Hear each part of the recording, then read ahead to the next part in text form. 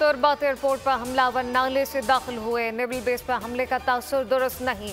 दहशतगर्द कहां से आए, किसने सहूलत जारी की, तहकीकात के नताइज सामने आने पर शेयर करेंगे वज़ीर आला बलूचिस्तान सरफराज बुगटी की न्यूज़ ब्रीफिंग। कहा कि चाहते हैं मसाइल डायलॉग से हल हों।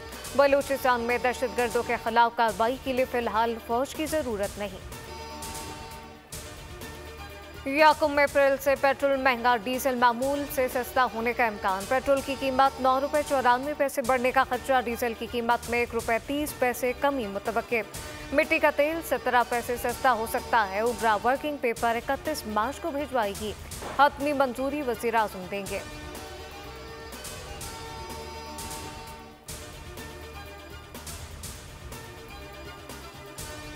और पाकिस्तान क्रिकेट बोर्ड का रेड और वाइट बॉल के अलग अलग कोच मुकर्रर करने का फैसला। गैरी क्रिस्टन और जेसन गिलेस्पी के साथ मामला तय होने के करीब। Gary Kristen white ball coaching करेंगे, जेसन गिलेस्पी को रेड बॉल की जिम्मेदारी मिल सकती है।